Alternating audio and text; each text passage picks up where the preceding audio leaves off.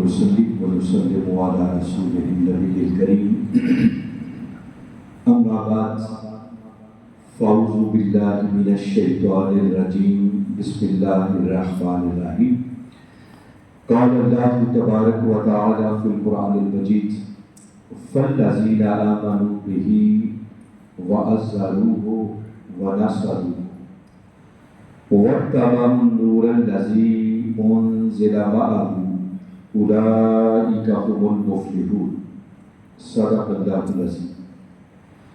معزز حاضرین و سامعین، اللہ رب العزت کا بے پایہ فضل و احسان ہے کہ جس نے اپنی توفیق خاص اور حضور نبی اکرم صلی اللہ علیہ وآلہ وسلم کے نالین مبارک کے تصدق سے ہمیں ایک مرتبہ پھر اپنی بارگاہ میں حاضر ہونے کی توفیق عطا فرمائے۔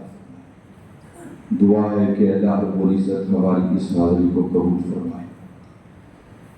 ہماری سلسلہ وار گفتگو اس موضوع کے حوالے سے چل رہی تھی کہ انسان کی سب سے بڑی قیمت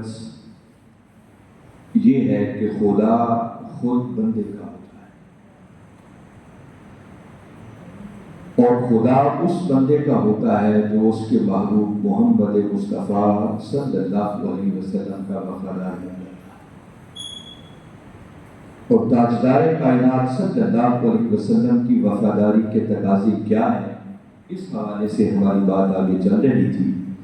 اور سورہ اعراف کی آیت نمبر 157 کا آخری حصہ جو میں نے آج پھر تلاوت کرنے کا شرف حاصل کیا ہے، اس کی روشنی میں ہم ڈسکس کر رہے تھے کہ باری تعالیٰ نے ارشاد فرمایا فَالَّذِينَ آمَنُوا بِهِ وَعَزَّرُوهُ وَنَصَرُوهُ وَاتَّبَعُوا النُّورَ الَّذِي أُنزِلَ مَعَهُ أُولَئِكَ هُمُ الْمُفْلِحُونَ۔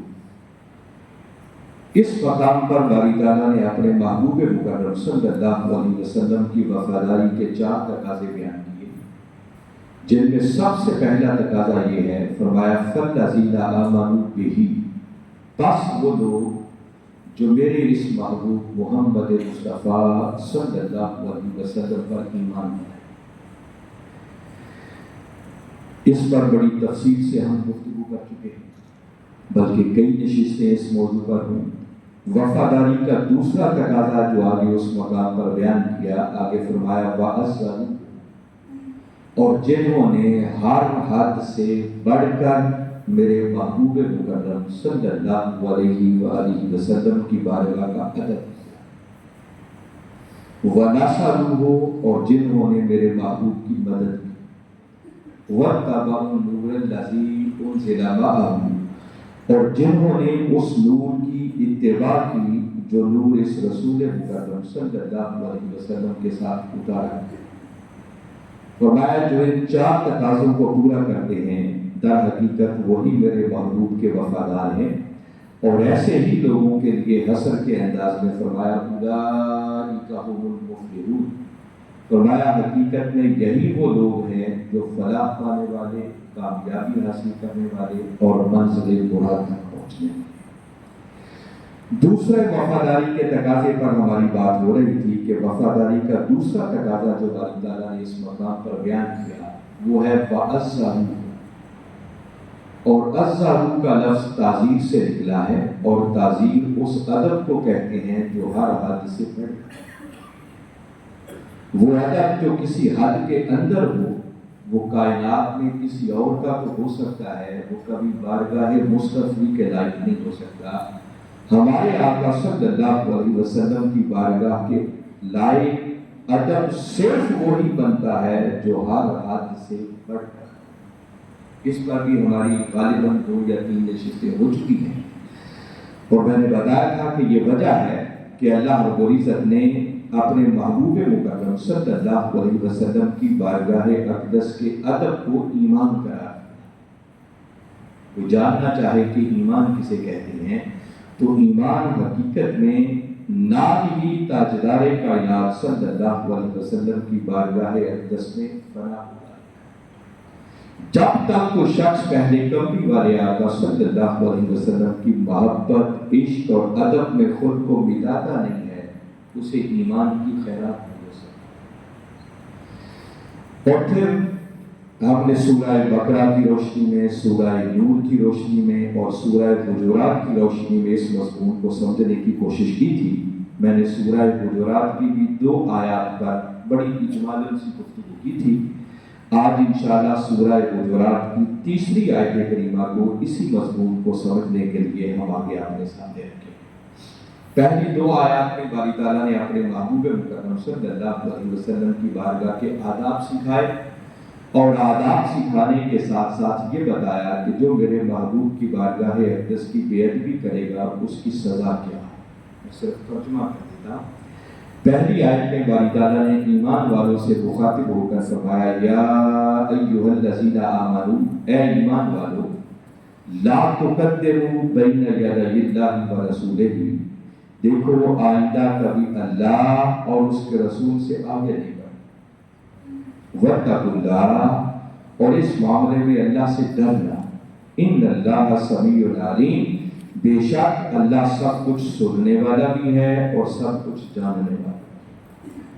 آداب سکھائے کہ آئندہ کبھی میرے محبوب کی بارگاہ اقدس سے آگے بڑھنے کی کوشش کی۔ دوسری آیت کریمہ میں باری تعالیٰ نے پھر اسی مضمون کو دہرایا، آداب سکھائے اور ساتھ سزا بتائی۔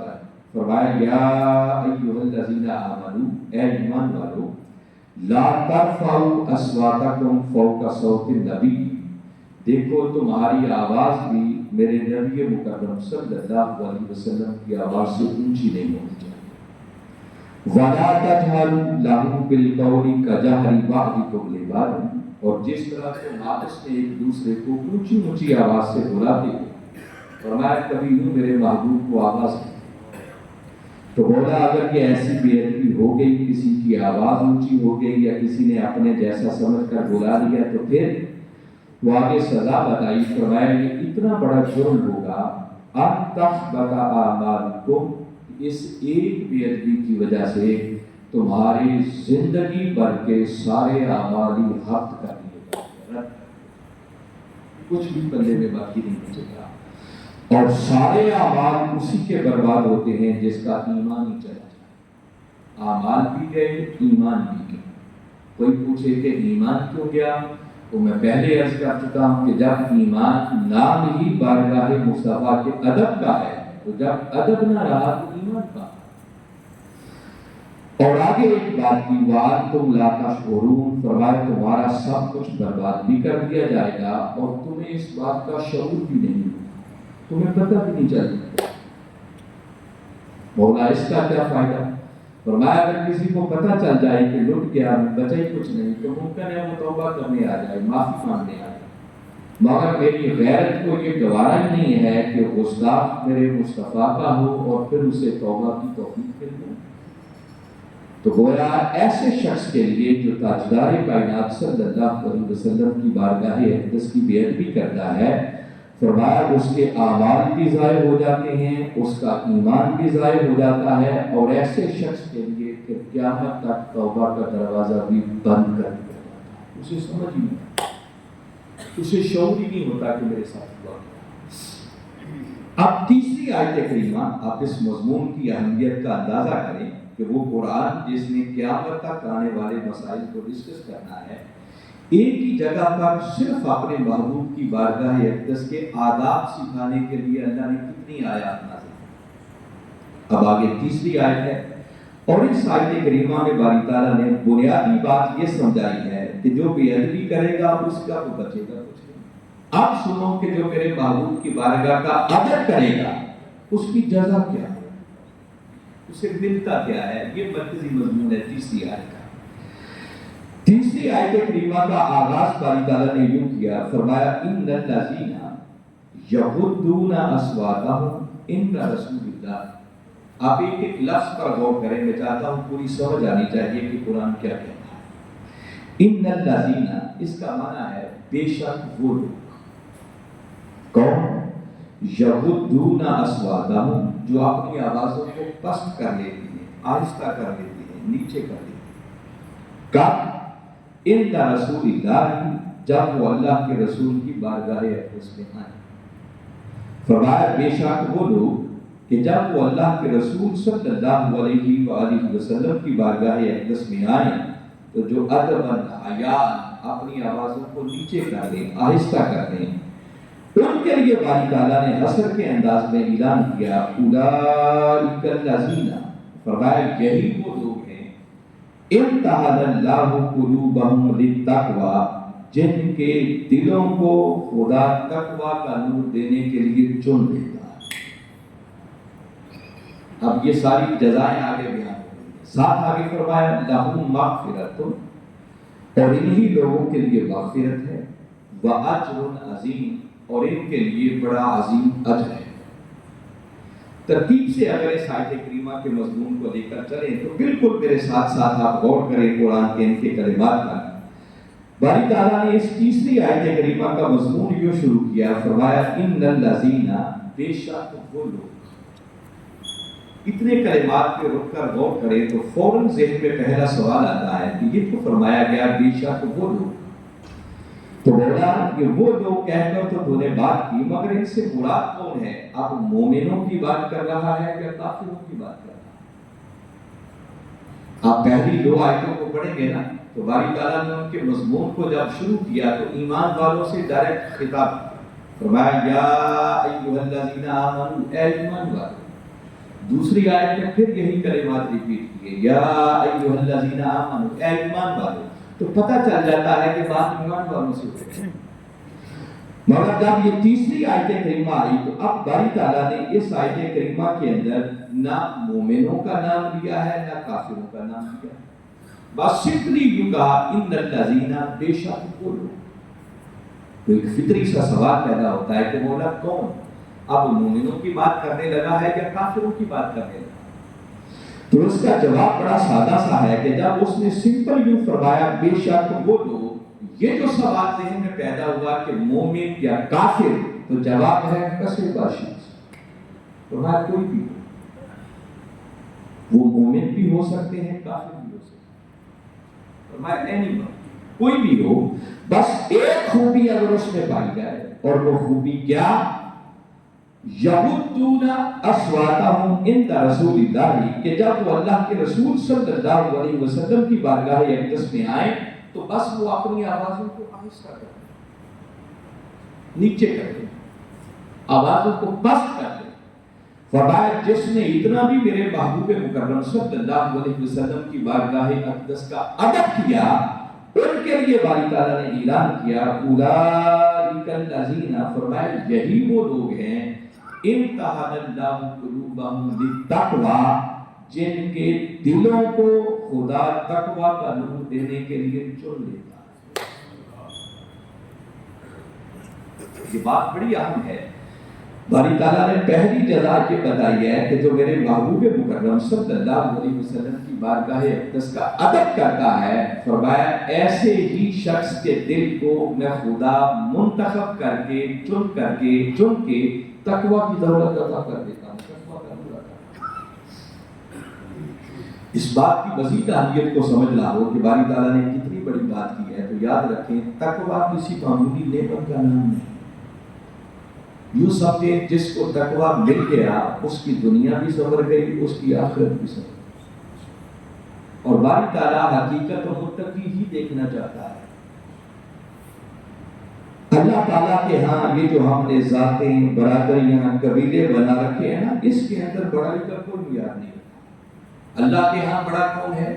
اسی سورہ حجرات، یہ جس کی میں آیت کریمہ 3 نمبر آیت پڑھ رہا ہوں، اسی کی آیت نمبر 13 باری تعالیٰ نے آگے چل کر ارشاد فرمایا یا ایھا الناس، اے انسانوں، انا خلقناکم من ذکر و انثی، بے شک ہم نے تمہیں ایک مرد اور ایک عورت سے پیدا کیا۔ فرمایا تمہارا اوریجن اصل ایک ہے، تمہیں ایک ماں باپ سے پیدا کیا گیا۔ اور آگے فرمایا وجعلناکم شعوبا وقبائل لتعارفوا، اور یہ جو ہم نے تمہاری ذاتیں، برادریاں، قبیلے بنا رکھے ہیں، فرمایا اس میں بڑائی کا کوئی معیار نہیں ہے، یہ تو فقط تمہاری پہچان کے لیے۔ تو پھر مولا بڑائی کا معیار کیا ہے؟ ساتھ ہی اسی آیت میں آگے فرمایا ان اکرمکم عند اللہ اتقاکم، فرمایا اللہ کے نزدیک زیادہ عزت والا، بزرگی والا، شان والا، مرتبے والا وہ ہے جو تم میں سے زیادہ متقی اور پرہیز، گویا جو جتنا تقوی میں آگے بڑھتا چلا جائے گا اللہ کے ہاں اس کا مقام و مرتبہ بھی اتنا ہی بلند سے بلند تر ہوتا چلا جائے گا، اور جو تقوی میں جتنا پیچھے رہ جائے گا بس اس کا مقام و مرتبہ بھی سمجھے اتنا ہی نیچے ہوتا چلا جائے گا۔ تو اللہ کے ہاں عزت کا، بزرگی کا معیار صرف اور صرف تقوی ہے۔ کہ میں صرف تقوی کی اہمیت تھوڑی سی بتانا چاہ رہا ہوں۔ جو باری تعالیٰ نے اعلان کیا ہے کہ جو میرے محبوب کی بارگاہ کا ادب بجا لاتا ہے، فرمایا ہم ان کے دلوں کو منتخب کر کے تقوی کا نور عطا کرتے ہیں۔ آپ کبھی سورہ بقرہ کی بالکل ابتدا کو پڑھیں تو باری تعالیٰ نے وہاں ایک بات فرمائی، فرمایا الف لام میم ذالک الکتاب لا ریب فیہ، فرمایا یہ وہ عظیم کتاب ہے جس میں کسی شک کی کوئی گنجائش نہیں۔ اور آگے فرمایا ھدی للمتقین، اور اس قرآن سے صحیح معنوں میں ہدایت بھی ان کو ملتی ہے جو اپنے دلوں میں تقوی کا نور پیدا کرتے ہیں، متقی بن جاتے ہیں۔ جس کا مطلب کہ اگر اس قرآن پاک سے صحیح معنوں میں ہدایت چاہیے تو تب بھی تقوی کی ضرورت ہے۔ وہ تقوی اللہ کن کو عطا کرتا ہے؟ فرمایا کہ میرے محبوب کی بارگاہ اقدس کے ادب میں خود کو مٹا دو۔ قرآن پاک کو پڑھیں، دیکھیں ہر شخص اس بات کا طلبگار ہے کہ وہ جنت میں چلا جائے، مگر قرآن کو پڑھیں تو یہ پتہ چلتا ہے کہ جنت کن کے لیے بنائی گئی ہے۔ تو باری تعالیٰ نے بڑا واضح طور پر خلاصوں میں فرمایا اعدت للمتقین، فرمایا جنت تو ہم نے بنائی ہوئی متقیوں کے لیے، بغیر تقویٰ کے جنت میں کوئی جا سکتا۔ ہم اس دنیا کے اندر بڑے اچھے اچھے لباس پہننے کی کوشش کرتے ہیں، ہر کوئی بہتر سے بہتر لباس پہنتا ہے، مگر باری تعالیٰ فرماتے ہیں کہ لوگوں آؤ مجھ سے بھی تو پوچھو کہ بہترین لباس کیا ہے۔ فرمایا وَلِبَاسُ التَّقْوَىٰ ذَلِکَ خَیْرٌ، سب سے بہترین لباس اگر کوئی ہے تو فرمایا وہ تقویٰ کا لباس ہے کہ تم متقی۔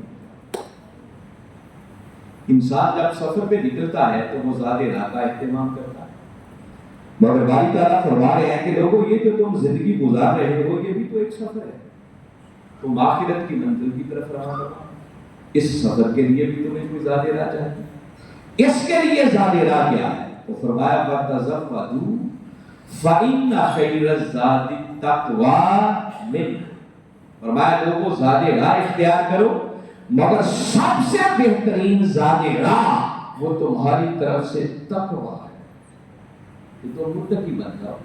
اس زندگی کے سفر کو طے کرنے کے لیے بہترین زاد راہ اگر کوئی ہے تو وہ اللہ کی نگاہ میں تقویٰ سے بڑھ کر اور کوئی شے نہیں۔ جب قیامت کا دن ہوگا تو تقویٰ کے حامل لوگوں کی شان کیا ہوگی، مقام کیا ہوگا۔ سورہ مریم میں باری تعالیٰ نے ایک مقام پر ارشاد فرمایا، فرمایا یوم نحشر المتقین الی الرحمن وفدا، فرمایا جو متقی لوگ ہوں گے، صاحبان تقویٰ ہوں گے، ان کو قیامت والے دن مہمانوں کی طرح سواریوں پر بٹھا کر اللہ کی بارگاہ میں حاضر کیا جائے گا۔ کچھ لوگوں کے حساب کتاب کا دن ہوگا اور کچھ لوگ اس قیامت والے دن بھی مہمان بن کے جا رہے ہوں گے سواریوں پر، وفود کی شکل میں ان کو اللہ کی بارگاہ میں۔ تو خیر میں نے چند آیات آپ کے سامنے رکھی جس سے یہ بتانا مقصود تھا کہ آپ کو اندازہ چلے کہ تقویٰ کتنی بڑی دولت ہے۔ اگر انسان کو یہ تقویٰ کی نعمت میسر آ جائے تو سمجھو وہ خدا کی نگاہ میں اس کا پسندیدہ بندہ بن گیا۔ اللہ جیسا بندے کو دیکھنا چاہتا ہے وہ سمجھو ویسا بن گیا، بشرطے کہ بندہ متقی بن گیا۔ مگر سورہ حجرات کی یہ آیت کریمہ اعلان کر رہی ہے کہ یہ جو تقویٰ ہے، یہ تقویٰ کی دولت اللہ ہر کسی کو عطا نہیں کرتا۔ ہر دل کے اندر تقویٰ کا بیج وہ ہوتا نہیں۔ تقویٰ کا بیج صرف ان دلوں میں وہ ہوتا ہے، وہ ان دلوں کی زمین کو تقویٰ کے لیے مناسب پاتا ہے جن دلوں کے اندر اس کے محبوب کی بارگاہ کا ادب ہو۔ یہ باری تعالیٰ فرما رہے ہیں، فرمایا ان الذین بے شک وہ لوگ یغضون اصواتہم جو اپنی آوازوں کو پست کر لیتے ہیں، آہستہ کر لیتے ہیں، عند رسول اللہ جب وہ اللہ کے رسول صلی اللہ علیہ وسلم کی بارگاہ اقدس میں آئے تو فرمایا اولئک الذین، یہی وہ لوگ ہیں امتحن اللہ قلوبہم للتقوی جن کے دلوں کو خدا تقوی کا نور دینے کے لیے چن لیتا ہے۔ یہاں امتحانہ بمعنی استفاء، یہ مفسرین نے کئی معنوں میں سے ایک معنی اس کا استفاء کا معنی ہوتا ہے چننا، کسی کو منتخب کرنا۔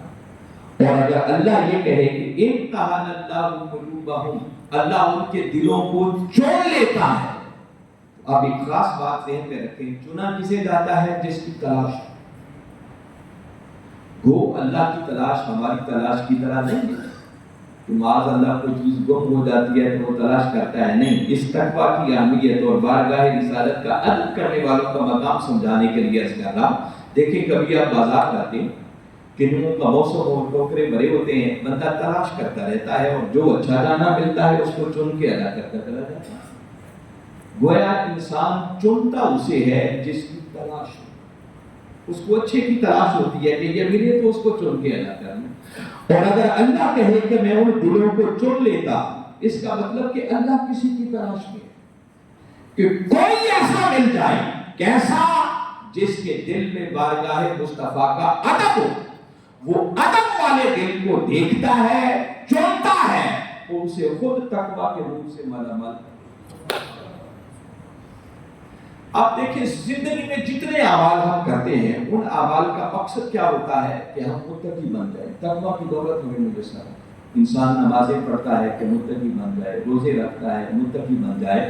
روزے کا تو مقصد ہی اللہ تعالیٰ نے تقویٰ بتایا، فرمایا اس لیے روزے فرض کیے گئے ہیں لعلکم تتقون، تو بندہ روزے رکھتا ہے اسی طرح متقی بن جائے، زکوٰۃ دیتا ہے، عمرہ کرتا ہے، حج کرتا ہے، تہجد گزاریاں کرتا ہے، صدقہ و خیرات کرتا ہے۔ منشا تو ایک ہی ہے نا کہ کسی طرح تقویٰ کی دولت میسر ہے، مگر تقویٰ ملنا تو بڑی دور کی بات۔ بندہ یقین سے یہ بھی نہیں کہہ سکتا کہ اس کا عمل کو اللہ کی بارگاہ میں قبول بھی ہوا یا نہیں، تو باقی ہر عمل کے ذریعے انسان تقویٰ کے لیے مارا مارا پھرتا ہے، مگر تاجدار کائنات صلی اللہ علیہ وسلم کی بارگاہ اقدس کا ادب یہ وہ عمل ہے کہ ادھر انسان آقا کی بارگاہ اقدس کا ادب بجا لاتا ہے، خدا خود اس بندے کی تلاش میں نکل پڑتا ہے کہ کہاں گیا وہ ادب کرنے والا بندہ کہ وہ تو ادب کر چکا، اب اس کے دل کو منتخب کر کے تقویٰ کا نور عطا کر۔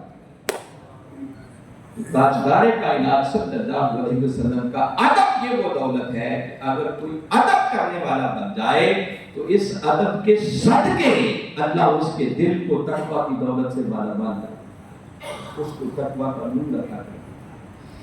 اور پھر یہاں خاص بات بتاؤں، باری تعالیٰ نے کوئی یہاں تقویٰ دینے کی بات نہیں کی، فرمایا ان کے دلوں کو منتخب کر کے متقی بنا دیتا ہوں، دلوں کو تقویٰ کا نور عطا کرتا ہوں۔ آپ کبھی اہل علم کو پڑھیں، اس موضوع پر بڑا کچھ لکھا گیا ہے، تقویٰ کی اقسام بیان ہوتی ہیں، کوئی آنکھوں کا تقویٰ ہوتا ہے، کوئی کانوں کا تقویٰ ہوتا ہے، کوئی ہاتھوں کا تقویٰ ہوتا ہے، کوئی پیٹ کا تقویٰ ہوتا ہے، کوئی پاؤں کا تقویٰ ہوتا ہے، یہ مختلف قسمیں ہیں جو علماء نے بیان کی۔ آنکھوں کا تقویٰ یہ ہے کہ کسی غیر محرم کی طرف پوری نگاہ سے نہ دیکھا جائے، برائی کی آواز کانوں میں نہ پڑے، یہ کانوں کا تقویٰ ہے۔ اسی طرح پیٹ میں رزق حلال جانا چاہیے، حرام نہیں جانا چاہیے، یہ پیٹ کا تقویٰ ہے۔ برائی کی طرف چل کے نہ جائے، پاؤں کا تقویٰ ہے۔ ہاتھوں کا تقویٰ ہے کہ حلال کی طرف ہاتھ بڑھے۔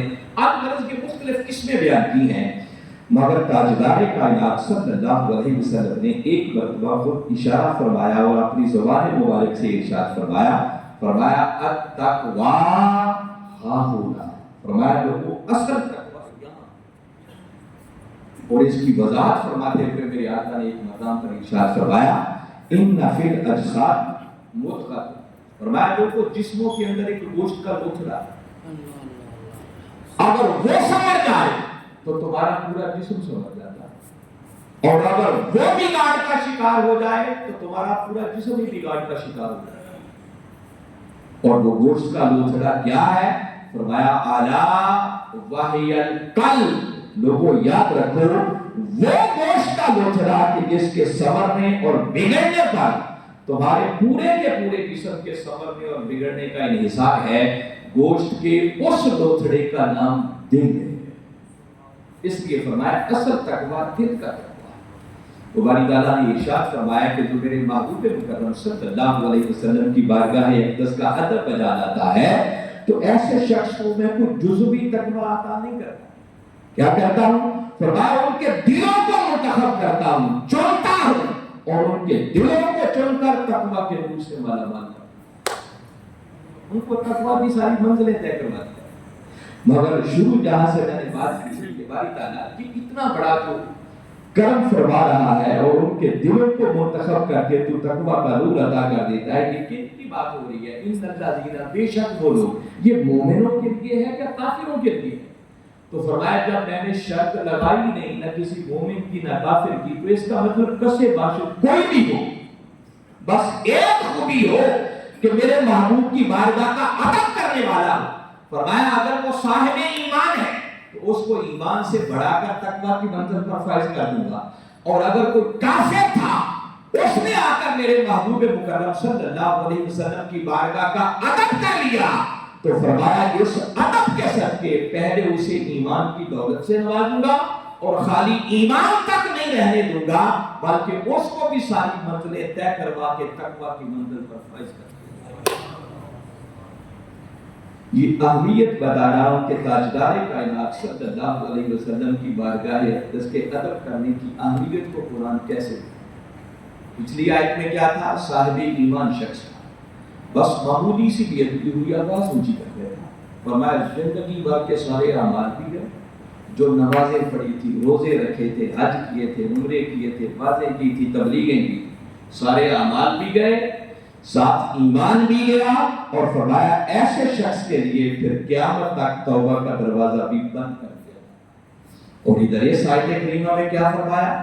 فرمایا ایمان والا ہو تو اچھی بات ہے، اگر وہ میرے محبوب کی بارگاہ کا مؤدب بن جائے گا، ادب کرنے والا بن جائے گا، اس کو بھی تقویٰ کی منزل پر فائز کر دوں گا۔ اور اگر وہ ابھی صاحب ایمان نہیں ہے مگر اس نے میرے محبوب کی بارگاہ اقدس میں آیا صرف یہ سمجھ کر کہ اللہ کے رسول کی بارگاہ آ گئی، آوازیں نیچی کر لینی چاہیے، فرمایا جس نے اتنا ادب کر لیا، اس ادب کے صدقے اس کو ایمان کی دولت سے پہلے نوازوں گا، کیونکہ تقویٰ بغیر ایمان کے تو نہیں ملے گا نا، پہلے ایمان میسر آئے گا، اور فرمایا اسے بھی خالی ایمان تک نہیں رہنے دوں گا، اس ادب کے سرے میں اس کو بھی تقویٰ کی منزل پر فائز کر دوں گا۔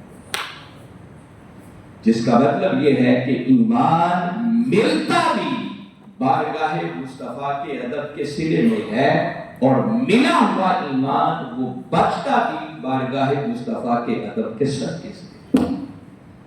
اس لیے کملی والے آقا صلی اللہ علیہ وسلم کی بارگاہ کے ادب پہ فنا ہونا سیکھو۔ اب یہ جو میں نے بات بتائی کہ باری تعالیٰ اس ادب کے سرے میں ایمان عطا کرتا ہے، ایک بڑی لطیف بات کر کے ہم آج کے مضمون کو ختم کریں گے تاکہ یہ بتاؤں کہ ادب کے سرے میں بھی باری تعالیٰ بسا اوقات ایمان عطا کرتا ہے، بلکہ ایمان ملتا ہی ادب کے نتیجے میں۔ یہ بڑا ایمان افروز واقعہ ہے، آپ نے سن رکھا ہوگا، مگر صرف ایک ریلیونٹ بات سنانے کے لیے اس بات کی طرف آپ کو لا رہا ہوں۔ یہ سورہ اعراف میں ہے، ویسے قرآن پاک میں کئی جگہوں پر اس واقعے کو بیان کیا گیا ہے، مگر میں اس وقت سورہ اعراف کے کلمات لے رہا ہوں۔ آپ کو یاد ہوگا کہ باری تعالیٰ نے حضرت موسیٰ علیہ السلام کو فرعون کی طرف بھیجا تھا اور فرمایا تھا کہ اذهب الى فرعون انه طغى، موسیٰ فرعون بڑا سرکش ہو گیا ہے، باغی ہو گیا ہے، جا اس کے سامنے جا کر کلمہ حق بولو۔ آپ نے ہارون علیہ السلام کو ساتھ لیا، گئے، جا کر کلمہ حق بلند کیا، جس پر اس نے سمجھا کہ معاذ اللہ یہ کوئی جادوگر ہے جو مجھے اس سلطنت سے نکالنا چاہتا ہے، کیونکہ آپ نے جب چند معجزات دکھائے تو معجزات کو اس نے جادو سے، اور فیصلہ کی ہوا کہ ملک بھر کے بڑے بڑے جادوگروں کو بلایا جائے اور موسیٰ علیہ السلام کے ساتھ مقابلہ کیا جائے تاکہ ان کو شکست دی جا سکے۔ دن مقرر ہو گیا، دنیا اکٹھی ہو گئی، ادھر جادوگر آ گئے۔ وہ پورا واقعہ باری تعالیٰ نے سورہ اعراف میں بھی بیان کیا۔ وہ جب سارے جادوگر بھی اکٹھے ہو گئے اور لوگ بھی جمع ہو گئے تو جادوگروں نے ایک بات فرعون سے کی کہ اگر ہم جیت گئے، موسیٰ علیہ السلام پر معاذ اللہ غالب آ گئے تو ہمیں اجر کیا ملے گا؟ اب وہ فرعون آگے سے جواب دیتا ہے کہ تم اجر کی بات کرتے ہو،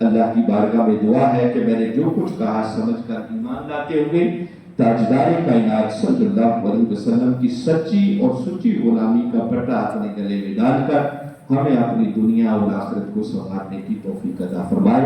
اور ایک اعلان سے بات فرمانے